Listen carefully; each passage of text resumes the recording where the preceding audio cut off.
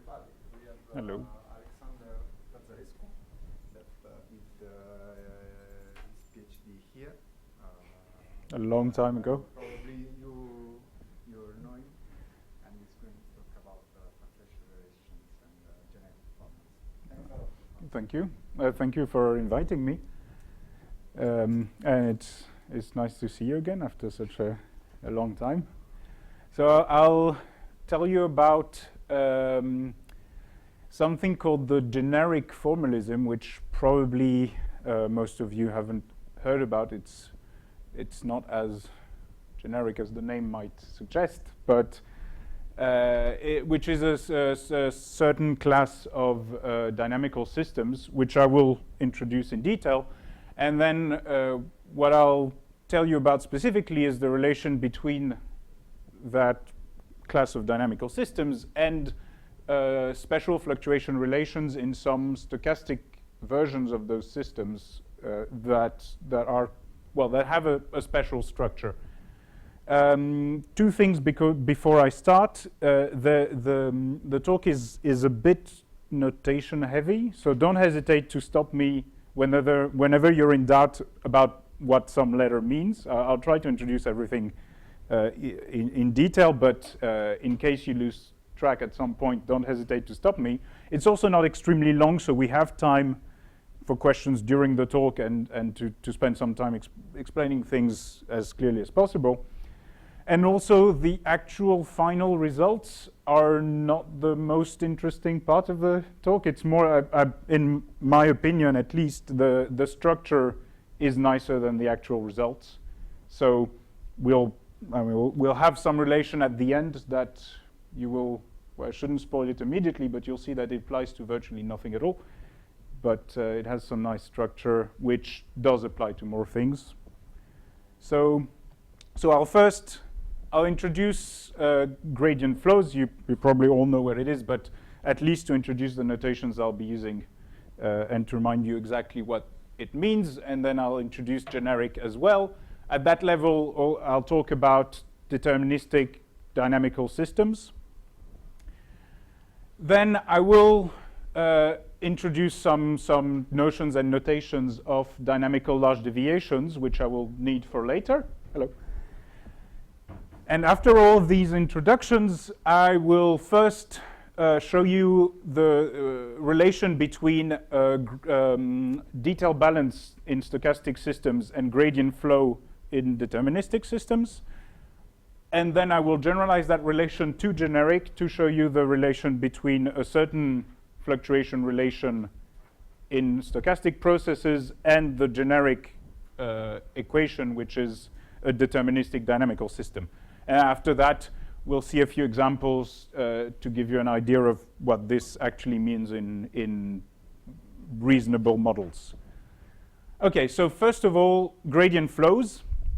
A gradient flow is something like this. It's a first order in time differential equation with a certain state variable z, which could be a position or a density profile or pretty much anything. And its behavior is the following. You have an entropy function S and a kinetics K, which is a symmetric positive definite operator, which defines a metric. And a gradient flow is a dynamics where the time dependent, the time variation of your observable is some symmetric operator applied to the derivative of that entropy function. So this is quite abstract, but what you can see immediately from this is that if you look at the time derivative of the entropy function, you get S prime K S prime, and because K is positive and definite, you have something positive. So whenever you have a structure like this, you have an entropy which is always increasing in time. It's a Lyapunov function. It tells you that the stationary states of your dynamics are the extrema of that entropy. And you can see that as a flow in the direction of increasing entropy on a certain landscape. So on this drawing, the red lines are the level lines of an entropy. at every point you might have a metric, so kinetic, kinetics that might be direction dependent, but given that metric, if you're just following the steepest ascent path, you will get exactly that dynamics. So what this looks like in some simple examples, if Z, for instance, is just one position, the typical case is an overdamped dynamics in a potential. So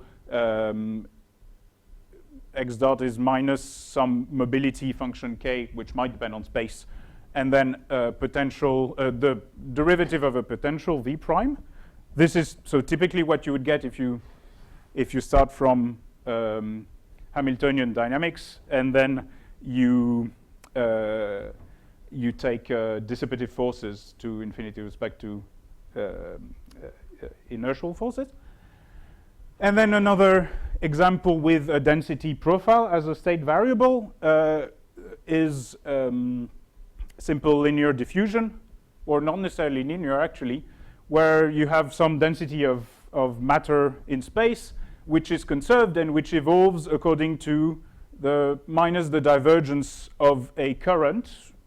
And typically that current has two parts. There's a first drift, which is proportional to the force felt by the particles, gradient of v, and then multiplied by the mobility of the particles, which is how well they can move in each direction at that point, and multiplied by the density of particles because it's extensive. And then you have a diffusion term which has that same mobility, but the gradient of the density profile here instead. And you can check that if you define the entropy, which is minus rho log rho plus rho v, which is the relative entropy of that density with respect to the Boltzmann distribution with potential v, you can put this equation in the form above with a kinetics which contains both the differential operators. So that kinetics has the divergence and the gradient, rho times the mobility sandwiched in between. You can see that it's symmetric positive simply because what's inside is symmetric, and then the gradient and minus the divergence are conjugated to each other. Now, there's nothing telling us actually that kinetics has to be linear. In both these cases, this was a linear function of v prime, and here it's a linear operator applied on S. But you could very well imagine the case where that operator k is some functional of S prime, which doesn't need to be nonlinear, linear, as long as it's symmetric, positive, and convex, which you can define by the fact that for any object vector x, xk of x is positive. As long as this is true, you still have that S is a Lyapunov function, because S dot is still going to be positive. So this is the only requirement for flow, a potential flow. And a good example of this is a detail balanced jump process. So if you have a master equation of the type P dot, which is a probability of configurations, with jump rates k, where k of c prime is the rate from C prime to C. If those rates are detail balanced, which is to say that they have a symmetric prefactor A, and then the multiplicatively anti-symmetric part of the rate is a difference in an exponential. So which is the graph gradient of the potential V. If you have something like this, then you can rewrite the master equation in this form, which doesn't look very natural, but it's actually quite nice and symmetric. You can define the same relative entropy as before, P log P plus Vp, which is, again, the relative entropy with respect to the Boltzmann distribution with potential P. And then those dynamics can be rewritten with a symmetric operator K, well, with an operator K which is, symmetric positive definite, such that which is which has this form. So it has for every edge, you have the symmetric prefactor, the square root of the probabilities on both sides, and then the hyperbolic sign of the entropy, which is what you would get if you were to symmetrize the square root of p prime here comes from taking part of this probability into the exponential and making it symmetric with respect to the target site.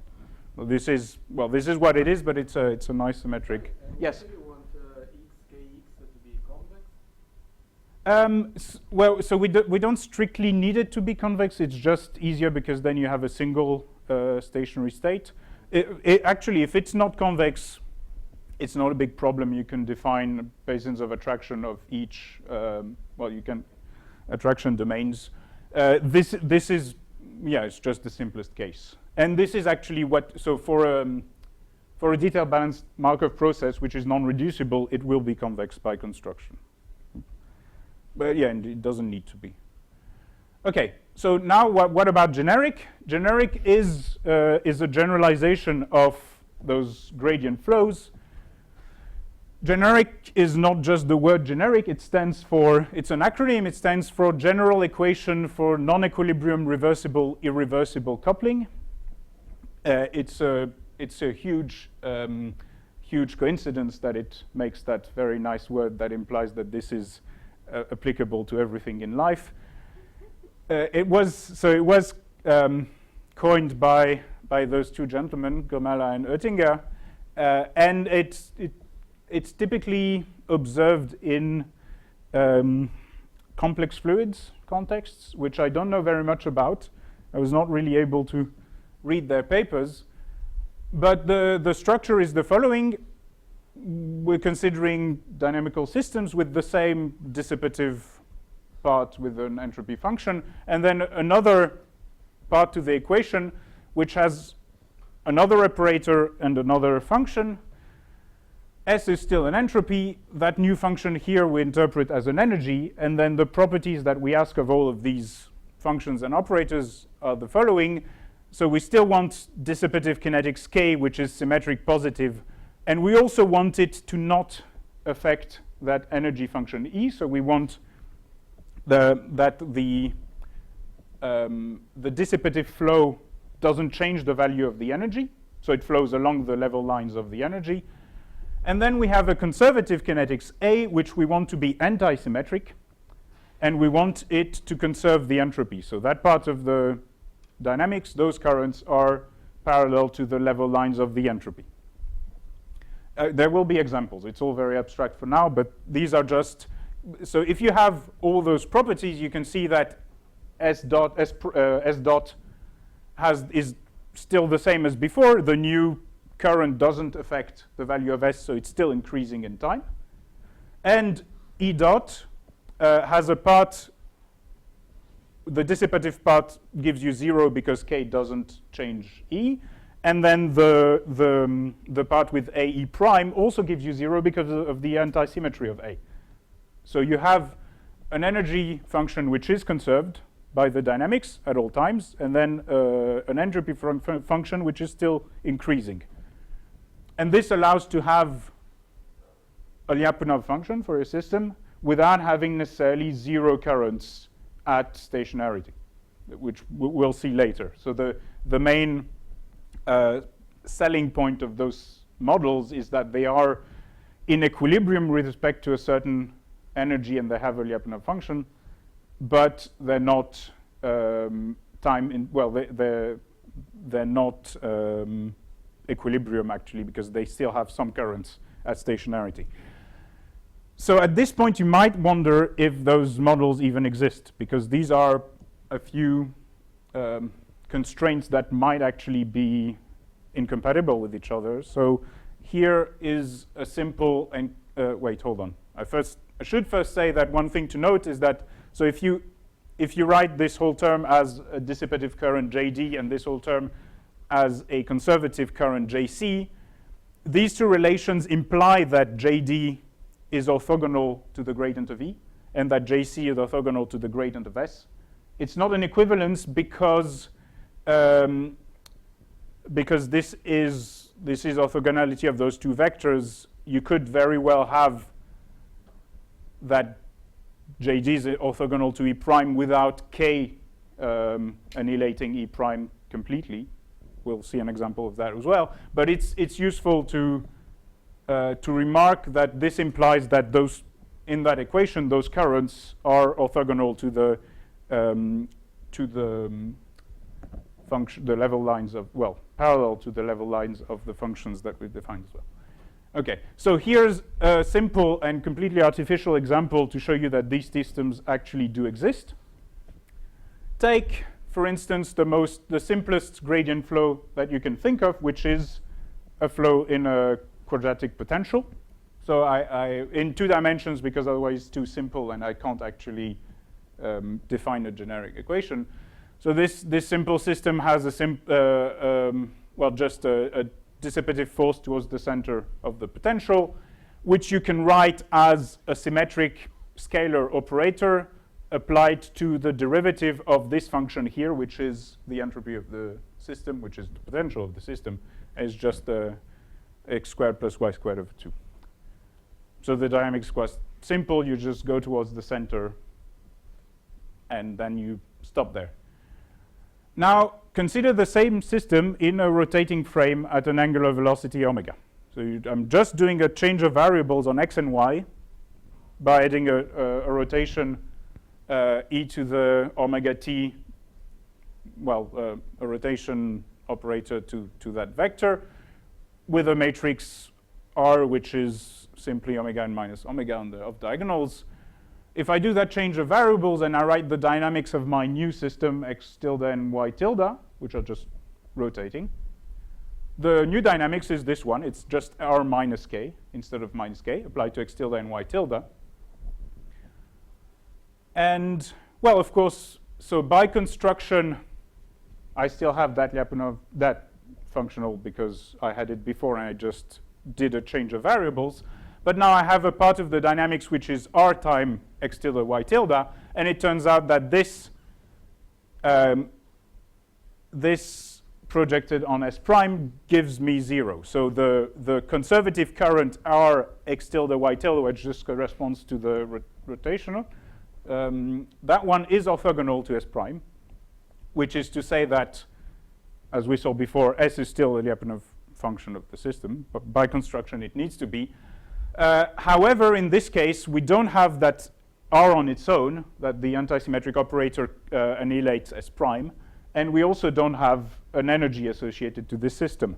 But this is actually not a problem because we can simply define an energy by keeping track of the entropy dissipated and just defining the energy as the total energy at the beginning, which is the current entropy plus the integral of the entropy dissipated. So if we simply define an energy function which is some energy E minus S such that E dot cancels S dot, so the time derivative of that variable E is exactly what I need to keep track of the dissipated entropy, then we can define the big S as that small e and the big E, which is this, and we have a conserved energy just because we defined it to be a constant, and we have an entropy which has the correct time dependence and which is a Lyapunov functional. And then you can believe me that it's possible to define in that extended space, which is x, y, and E, to define a symmetric operator, an anti-symmetric one, and then the energy and the entropy such that we can write things in the form before. The details of this are not so important. The point is, by just keeping track of the dissipated entropy, we can simply define that generic equation, well, build it by hand, and get a generic model just by taking a detail balance system and making it turn a bit. So the same can be done for pretty much any detail balance model. If you add time-dependent variables to it, you can treat the well, the time-dependent change of referential as a conservative current and the dissipative current that you had originally as a dissipation. Okay, so now what's the relation between this and large deviations? Before I get into this, I have to define what I mean by those things. So in this context now, I'm looking at noisy dynamical systems. So I have a dynamics of the form z dot equals to d times j. D is some operator that transforms my currents into velocities. So for a simple, like an Ornstein-Uhlenbeck process, it's just one. But for instance, if you have a conserved dynamics with a current of matter which needs to be conserved, d would be the divergence which turns that current into the time variation of the density. I need to define it explicitly because it has some structure. The important thing is that J here, the currents, are the objects that are noisy and of which I know the distribution. So for a diffusion, for instance, J would be a Gaussian random variable around some average current. And for a jump process, it would be a Poissonian random variable. But these currents are the objects that have independent distributions. And I also want to look at a situation where I have some large parameter n, with which the distribution of those currents scale. Given these things, I can define a Lagrangian, which is the logarithm of the probability of my current. So this is where it gets a bit more abstract because I don't want to specify the models just yet, but there's an example just afterwards. So given my system, at every state, all the possible currents have a certain probability, and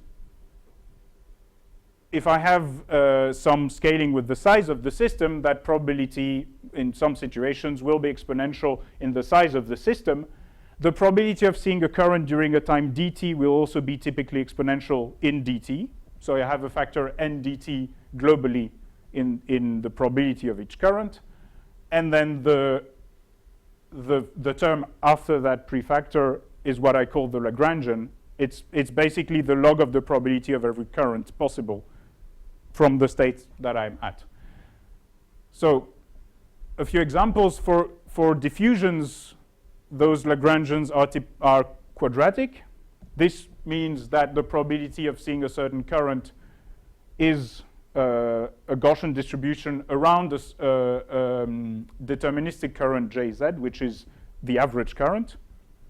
For a jump process, instead of Gaussian distributions, you'd have Poissonian distributions. So the function in terms of J and Jz is this, and it's also something that's well, the main property of these things, I should say, is that they are, oh yeah, thank you. They are positive, convex, and they cancel only at the value of the average current. So they're simply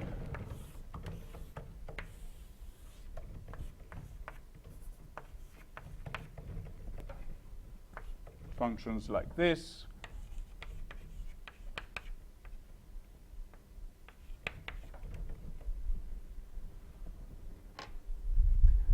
It's convenient to define Hamiltonians as well, which are just the Legendre transforms of these functions with respect to the current variable.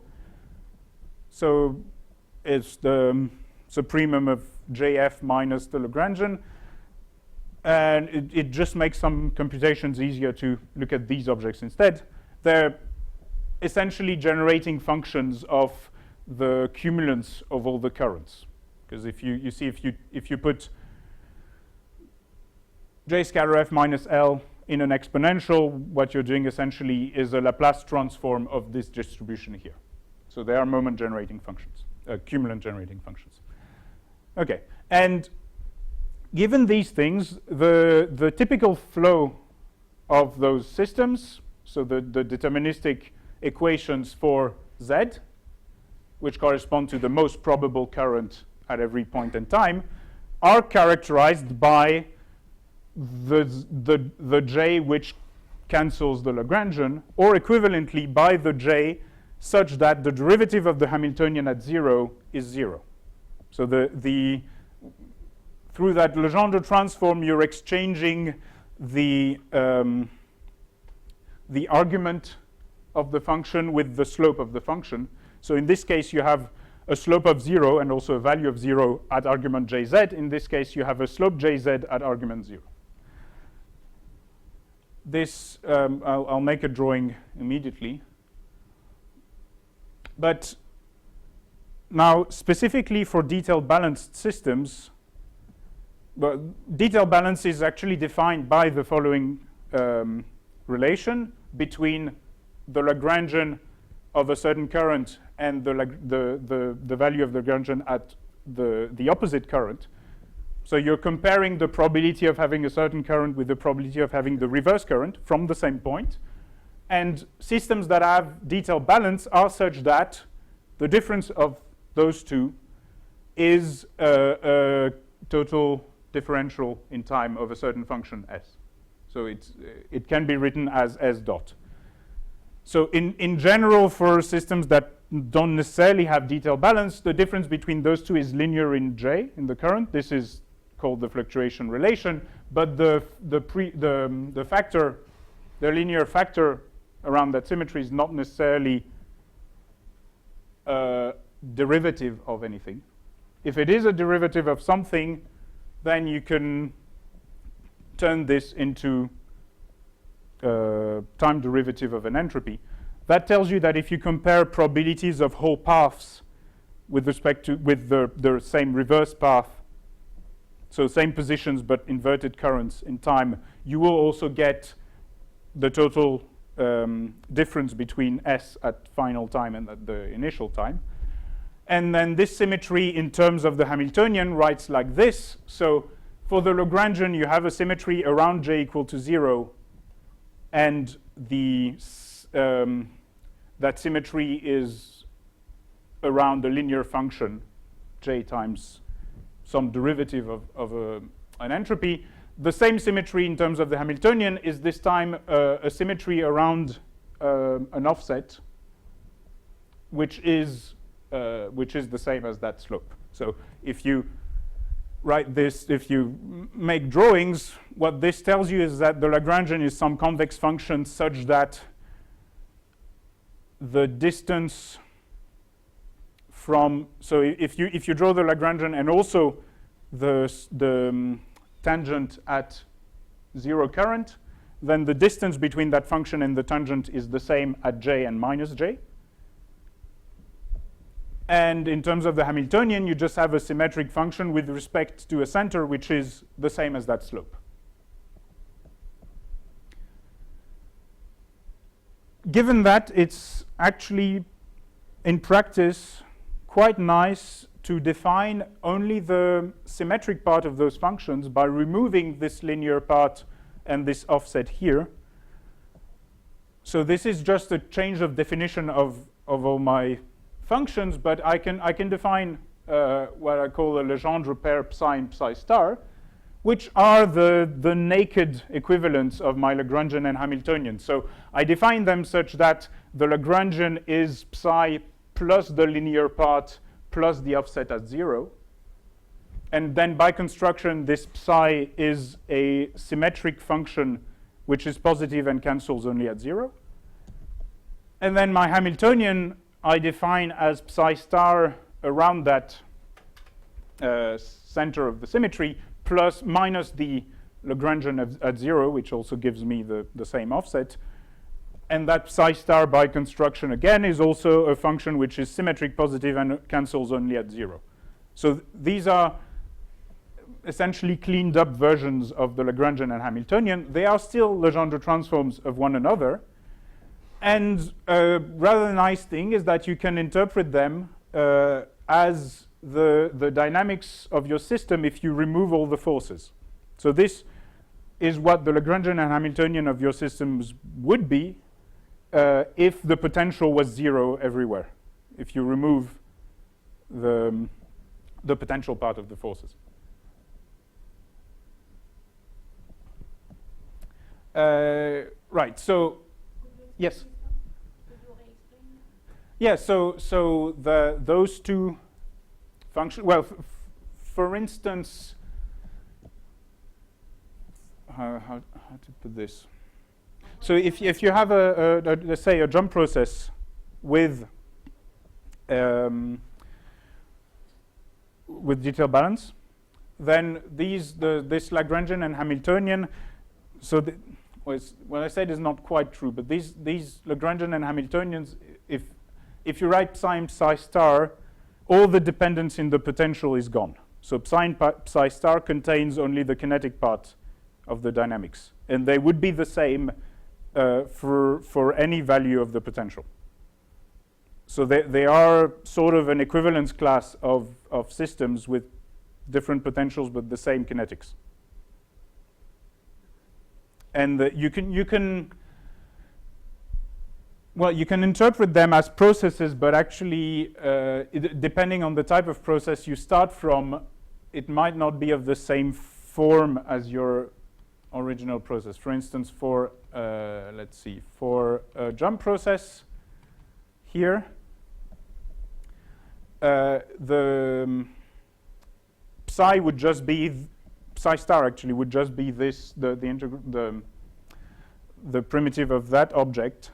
So it would be a process with rates that are proportional to the square root of the probabilities on each side, rather than just the probability on the starting point. So it's not exactly the same as removing the potential from that process, but it doesn't depend on the potential at all, and you get those same functionals for a whole class of systems with different potentials but the same kinetics. So it's meaningful to think of them as only the kinetic part of the process.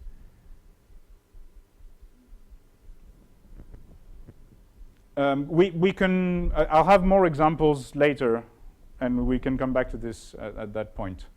So the important thing about that notation is that the deterministic flow in those terms is now defined by.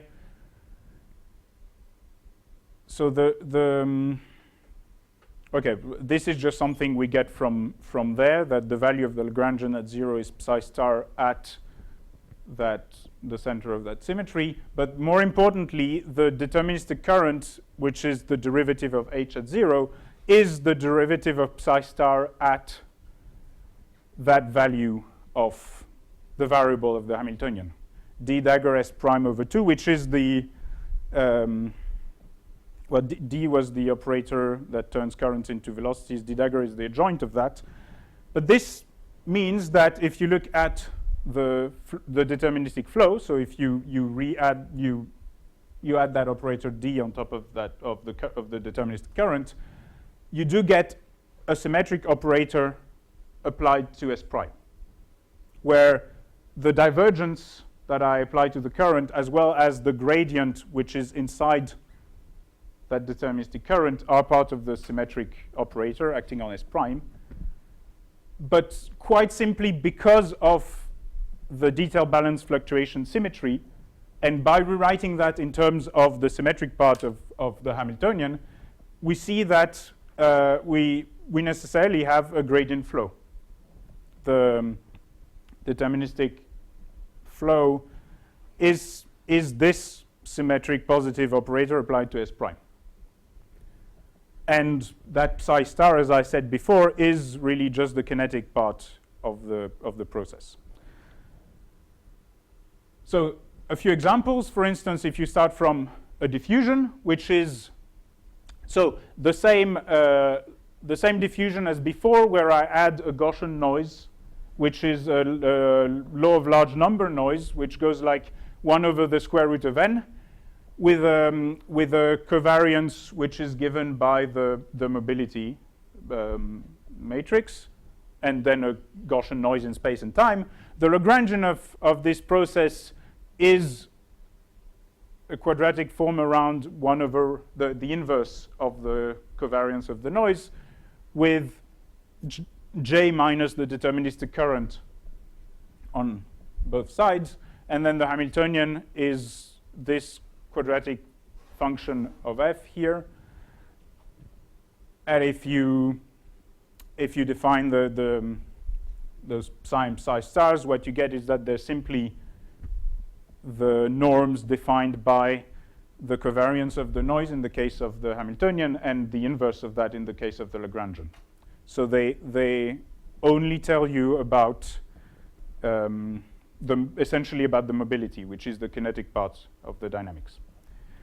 For a jump process now, if you have a large but not infinite number n of random walkers, the master equation that we had before gains a Poissonian noise that I don't want to write explicitly, but now instead of having simply the master equation, you have something that has a Poissonian distribution around that.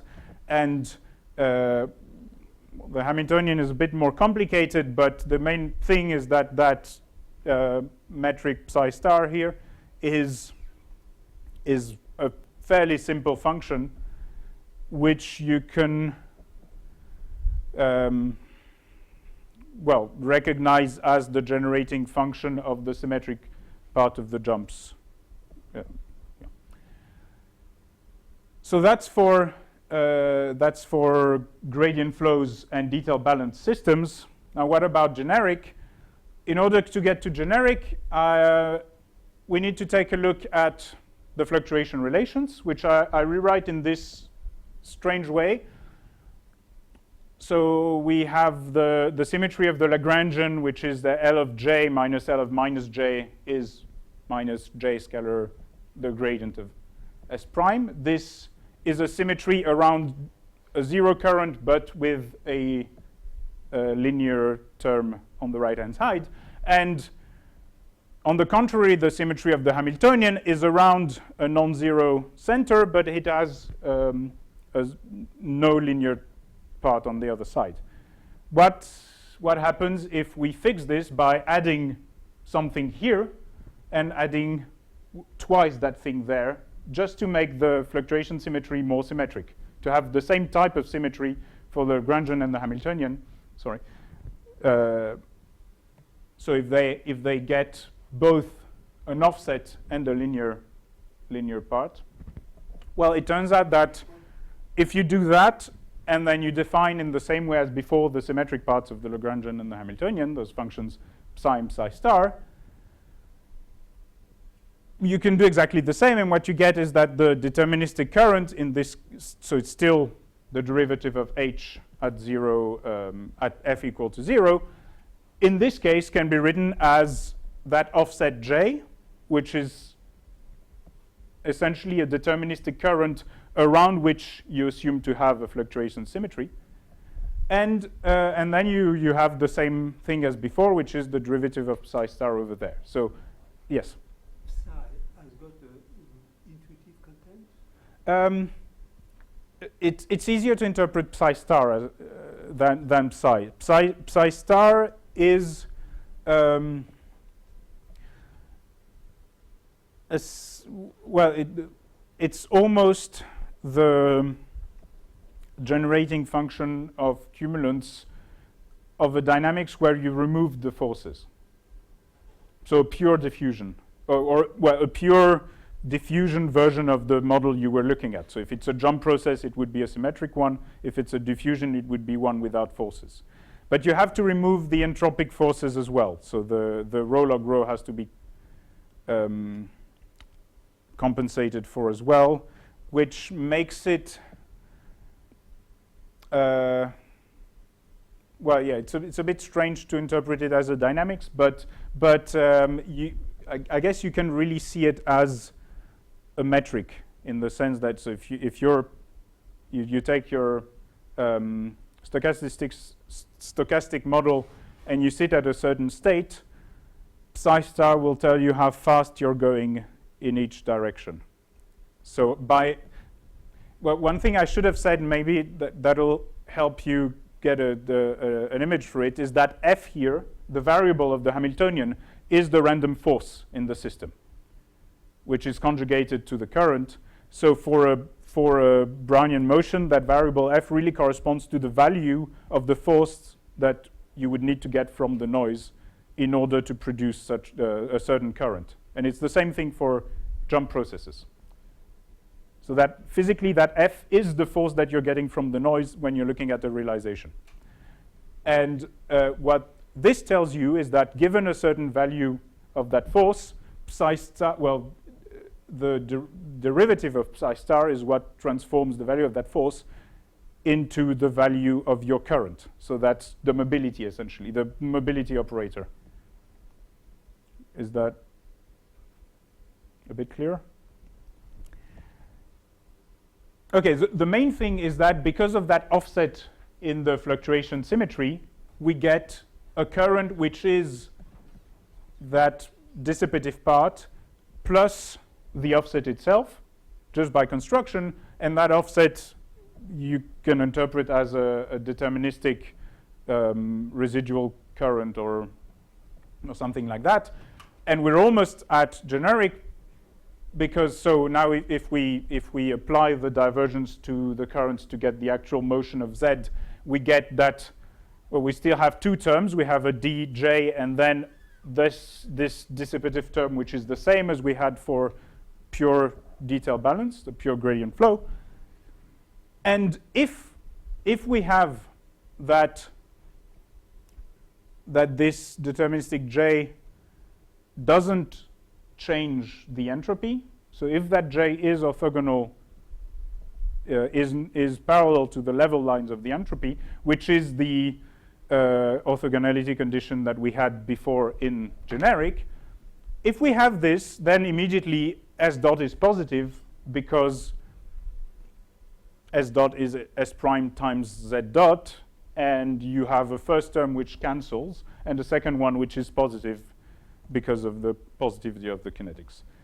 So the only constraint on this J, in order to have a Lyapunov function for the system, in order to have an entropy which increases in time, is that it's orthogonal to the variation of the entropy. It's parallel to its level lines. So this is essentially the whole contents of generic. There are systems that have some detail balanced dynamics around a deterministic current, such that that deterministic current doesn't modify the entropy function related to the dissipative dynamics. So in fact, I call this pre-generic because, as I mentioned before, in this case, we have orthogonality between the current and the entropy function, not between some anti-symmetric operator and the entropy function. But as you see, it's not necessary to have a gradient flow. And in fact, as I said before, if we have that, we can just build the energy and that anti-symmetric operator by hand, and it doesn't really have any physical meaning. It's just something that we can fix to get a nicer structure for the equation, but it doesn't tell us anything additional from this. Okay, so now it's all examples. So you can breathe a bit. It'll be also a bit more intuitive, probably. So the simplest example that second simplest example we can think of is the Vlasov-Fokker-Planck equation, which is an underdamped diffusion with two-body interactions. So it's a system with a density profile rho that depends on position variables q and momentum variables p. It's an underdamped system. It has a Hamiltonian part to the flow, which is the gradient of a kinetic velocity part and then a potential part here. So everything without the psi there, the first two terms here is what you would get from a simple Hamiltonian motion in quadratic potential. So this is an inertial harmonic oscillator. Then you have a two-body interaction, which is to say that you have a kernel phi that conjugates rho at some point and rho at another point with a gradient in between. And then you have a dissipation here, which has a certain coefficient gamma. And then you have the diffusion term from the Brownian motion over there. And given this, you can define the relative entropy with respect to the energy of the potential, the potential.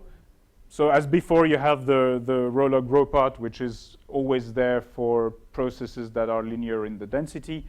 And then you have an energy function, which, since there are two-body interactions, depends on the density. So you can't really define a local energy. You only have a global one because of the long-range, potentially, interactions.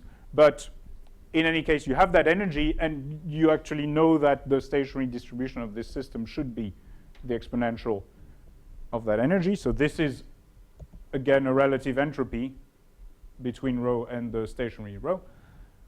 And then you can check that you can put this equation in the generic form with a current which the deterministic current, which is the Hamiltonian part of this equation. So this thing on its own would just be a harmonic oscillator. And then a dissipation part which contains everything else. And if you add a density noise to this, you get a psi star, which is exactly the same as the one we had for detailed balanced diffusion. Yes.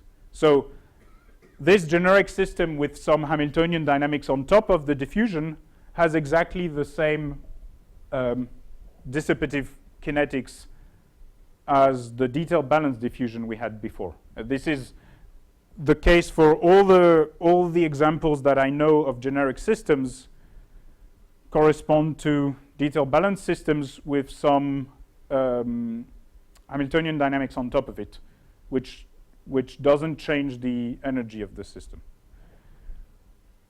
Another example with jump processes this time is the following. It's called the Andersen thermostat, and it's a system which is Hamiltonian, well, either harmonic oscillator or actually I didn't specify the potential. It could be anything, but a Hamiltonian system with stochastic resetting of the momenta on top of it. So you have a Hamiltonian flow, and then at Poissonian times, so you have a clock that rings at some Poissonian distributed times. Every time it rings, you just randomize the momentum completely with respect to some distribution. In this case, a Gaussian distribution. So you have the same Hamiltonian part as before. So the velocity part and the potential, the force part. And then you have a jump kernel over there, a jump process which takes the system from a momentum p to any other momentum p prime with rates that are such that the stationary distribution of it is just Gaussian of p prime. And given this, you can define the same relative entropy as before, with this time an energy which you can define locally because there's no interactions. And you can, just as before, write this as write the deterministic flow as a generic dynamics. The only subtlety here is that because you have a mixture between continuous Hamiltonian part and the jump part, the divergence that you have to use has to be a mixture between the local divergence in 2D space and the graph divergence that comes from the jump part. So in all of these processes, the main subtlety is that the geometry of the system changes a bit. So in this case, that divergence has to be the one adapted to the jump kernel that you have. But beyond that psi star function is exactly the same as before. It's a continuous version of the jump process one that we had before. And then finally, you can try to do the same with the Boltzmann equation, in which you have particles that move ballistically and sometimes meet and bump into each other and exchange some momentum and change their velocity. And as long as they do that in a purely dissipative way, so you can lose some energy but not change the total momentum,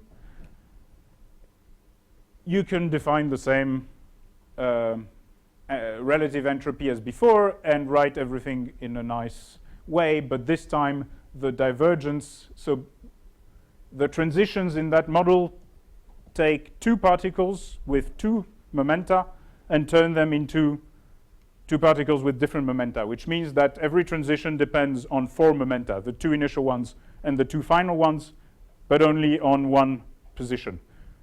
And all that means is that in this case, the divergence operator has to take four momenta and be antisymmetric with respect to the initial and final momenta. And then that function psi there will have a square root of all four densities that enter in each jump. But otherwise, it's still has exactly the same structure. Okay, so to conclude, if you want to build a generic system, all you have to do is to take your favorite kinetics from a diffusion or a jump process or any mixture of them or anything you want, and an appropriate divergence operator D. You have to choose an energy H and define an entropy, which is typically a relative entropy with respect to that energy H.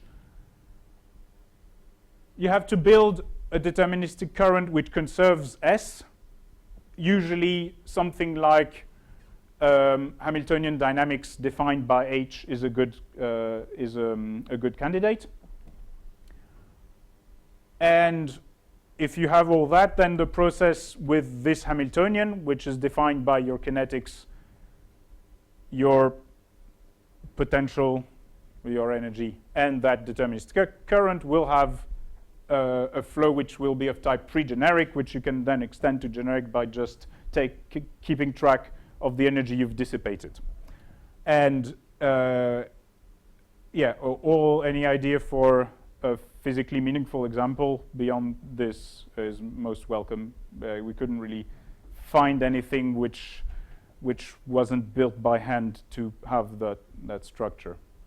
So if you want to know more about the details, all the computations are in those two papers, and thank you very much.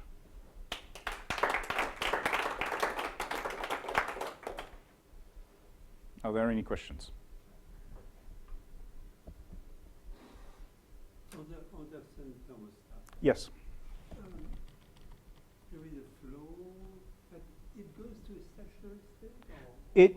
It goes to a stationary state, which would be a state with a potential H, which is the total energy of, so that H here has a kinetic energy part, p squared over 2m, and any potential that you want to put in it. And the dynamics there is such that you have a Hamiltonian part which flows around the energy contours, like any Hamiltonian dynamical system. And then you have a dissipative part which never changes the Hamiltonian when you jump. So all the that's not quite true, but the energy that you define afterwards will be conserved by it. Sorry, I took it the wrong way. It's actually the reverse. You have, it's probably easier to understand it by first considering the jump part. So you have a jump process between all p's. So at Poissonian times, you can change the momentum. And then on top of that, you have a Hamiltonian flow, which doesn't change the value of of the level lines of this function. Which means that all the steps in your process that correspond to the deterministic flow, they don't change your relative entropy. So by construction, adding that flow to the stationary state doesn't change it. So the stationary state of the dissipative part is Boltzmann distribution because this is detail balanced. And then on top of that, you add a flow which doesn't change that distribution. The distribution is conserved by the deterministic flow that you have on top, which means that necessarily it stays a stationary distribution. So in all those cases, the stationary distribution of the generic system, well, of those dynamics is the same as the stationary distribution of that system without the Hamiltonian part. Also, so all of the examples that I've shown are essentially underdamped equilibrium systems. There are systems that have a well-defined energy, but they're not underdamped, so you don't have direct gradient flows. They're just they're not overdamped, which you would typically have for a diffusion or a jump process. Instead, they're underdamped, so they do have currents because of that Hamiltonian part to the dynamics, but you still know from the very start that you have an energy and that the dynamics derives from that energy. So this is, it's not artificial because these systems, those underdamped dissipative models exist, but the fact that they are flowing towards maximal entropy state is not surprising because you started from something that's equilibrium.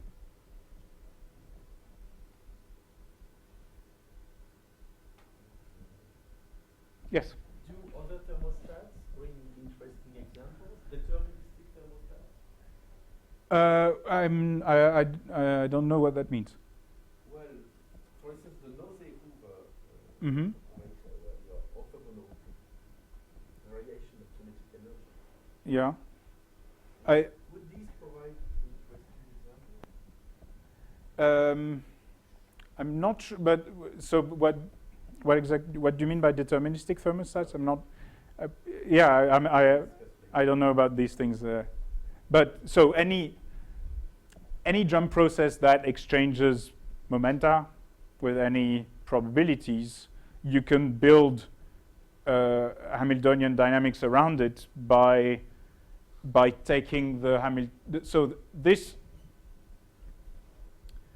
the actual identity of the jump process there doesn't matter in this construction as long as you're only exchanging the momenta and that you're doing that with detail balanced rates that depend on the momenta. So I could have chosen anything else as a distribution of momenta as long as it's detail balanced. Things get a tiny bit more complicated if you want the jumps to also depend on the position. But you can always build it. Whether you want to build it or you can use it for something is a different question. But yeah.